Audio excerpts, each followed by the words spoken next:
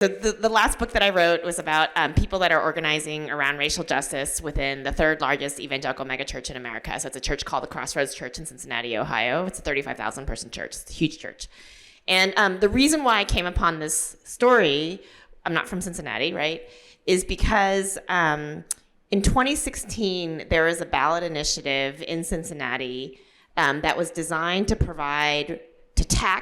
raise taxes on Cincinnati residents in order to provide targeted resources for the poorest Black families in Cincinnati to enable all children to have access to universal preschool.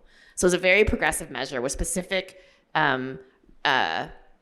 efforts designed to try to ameliorate inequality in the city.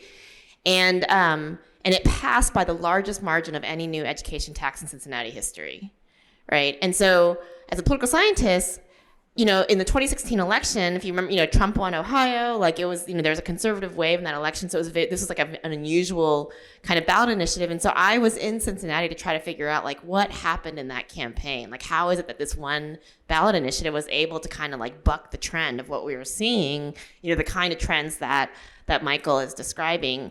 And when I went to the city, people kept saying, well, there's this church, they sent all these volunteers, and I was like, okay, there's a church, there's always a church, they always send volunteers, right?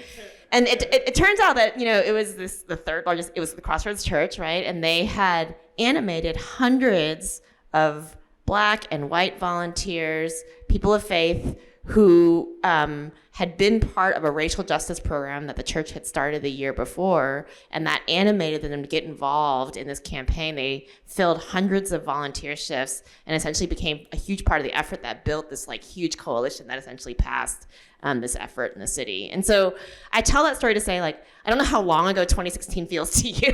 Like, maybe, I don't know how old you are, but like to me, it feels like it's within our lifetimes. I think the lifetimes of most people in this room, and so like things like that are happening, right? And it is true that I think there is a brokenness to the like capital S system that is there, but things like that the fact that those kinds of things are still happening, this is kind of much what we're talking about. Like, that's where the hope is. And I think the capacity for people to act against their material interest, to build multiracial, multi-faith coalitions, to be able to sort of do the work of living out their commitments and respecting the dignity of all people in the public sphere, I think like that still happens, so.